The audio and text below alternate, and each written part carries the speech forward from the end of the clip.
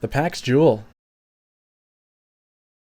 So this is the Pax Juul. The kit comes in a nice little package with two boxes. One package has the pods and the other box has the Juul and the USB charger. You can get a starter kit for $49.99, which comes with everything I just mentioned, as well as a 1-year warranty. There's not a lot that needs to be said about the Juul, really. You plug in a pod and you hit it. It's draw activated using a pressure sensor, which means all you need to do is take a drag and it turns on. There are no buttons to press. But what kind of review would this be if I didn't really dig in? So let's take a deeper look. So with the pod installed, it's just under 4 inches tall, it's 1/2 inch wide and 1/4 inch thin. It operates using a lithium-ion battery, and the casing is made of aluminum. The Juul has 2 metal pins that connect to 2 flat metal plates on the pods. Something to note about the pins is that they can get e-juice or condensation on them over time, which can cause misfiring. So you will need to clean those with a Q-tip every once in a while, which is actually what Juul recommends also. There are 2 little indents on the side where the pods go in. These indents hold the pod in place. These can also cause the pods to misfire if the pins don't hold the pod in place tight enough.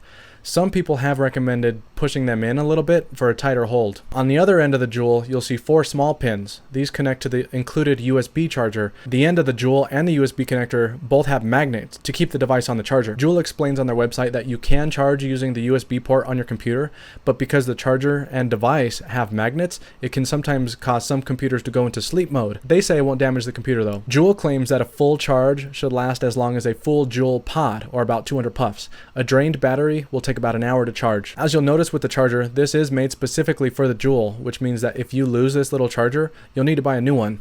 You can get them for $9.99, so it's not too bad. The pods are made of heat-resistant food-grade plastic, and they fit right into the Juul. There are 2 metal contacts that connect to the pod. The wicking material inside is made of silica, and the contacts that heat up the e-juice are made of nichrome. You'll also see a small metal tube running up the middle, which is the chimney where the vapor comes through. There are small ridges on the base of the pod where the indents on the Juul catch and then hold the pod in place. And each pod holds 0.7 milliliters of e-juice. They are designed to be not refillable, but you can find videos on YouTube of people who have taken them apart to refill. Juul's e-juice contains glycerol, propylene glycol, natural oils, extracts, flavor, nicotine, and benzoic acid. The pods come in packs of 4 and cost $15.99 per 4-pack. There are 5 flavors: mango, cool mint, Virginia tobacco, fruit medley, and creme brulee. Mango doesn't come in the sample pack, so that's the only one that I wasn't able to review.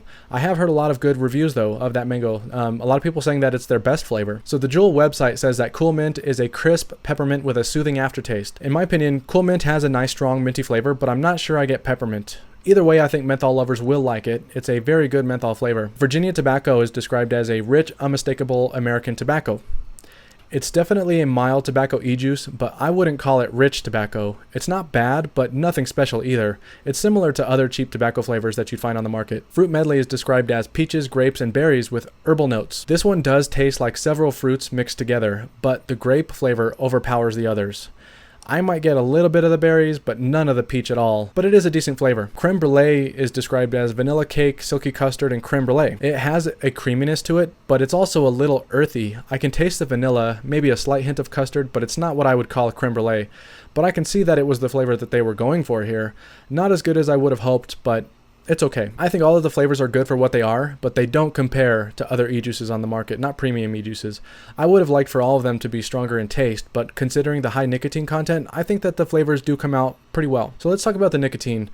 The nicotine in the pods are one of the features that Juul is well known for. Their e-juice is strong at 59 milligrams and is derived from nicotine salts.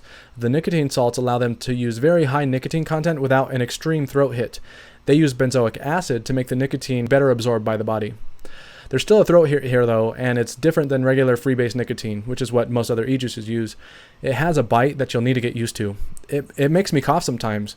Juul uses this formula so that the hit is more similar to a tobacco cigarette, which is what the Juul is designed for, smokers. That's their claims. So Juul uses a proprietary technology to control the power output. They claim that it delivers the appropriate power at all times during use, and the technology monitors the quality and delivery of vapor, but they don't really explain anything else beyond that point. There's a small light on the Juul that lights up while you are taking a drag, and it can also tell you the battery charge. If you tap the device twice, the light will tell you the charge.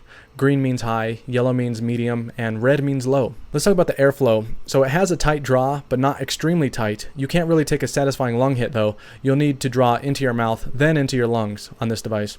The draw is nice though. It felt a little more airy than I would have liked at first, but I got used to it pretty quick. Let's talk about wicking.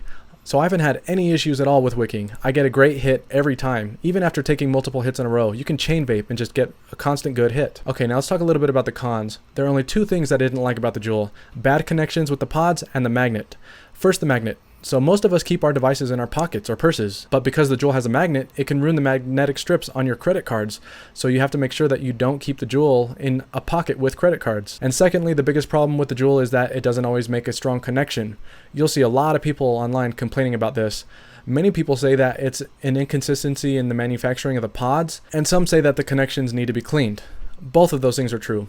I had problems on the very first pod that I tried, so I know that the connections were clean. I had a connection problem with the second pod too.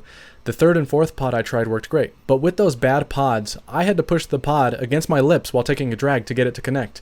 It's not comfortable to use that way, and a really big con in my opinion. So my go-to portable device when I don't want to use a full-size mod has been the Enjoy Daily Cigalike. I love those things. They taste good, they deliver high nicotine, and they fit in my wallet.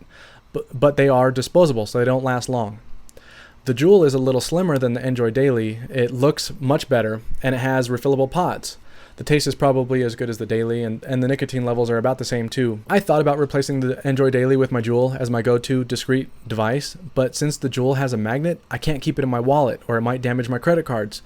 I like to keep my little Cigalike in my wallet, so the Enjoy Daily will keep its spot there for now. I both love the Juul and I hate it. I love how sleek it is, how strong the nicotine is, how small it is, but I hate how hit or miss the pod connections are. That's a huge problem for me, and it almost makes me want to avoid recommending this. But when this thing fires, it's great. And I mean really great. When you get a good pod, it's an awesome little device. So would I recommend it? Well, even with the issues that it has, yes, I would recommend it. I love this thing.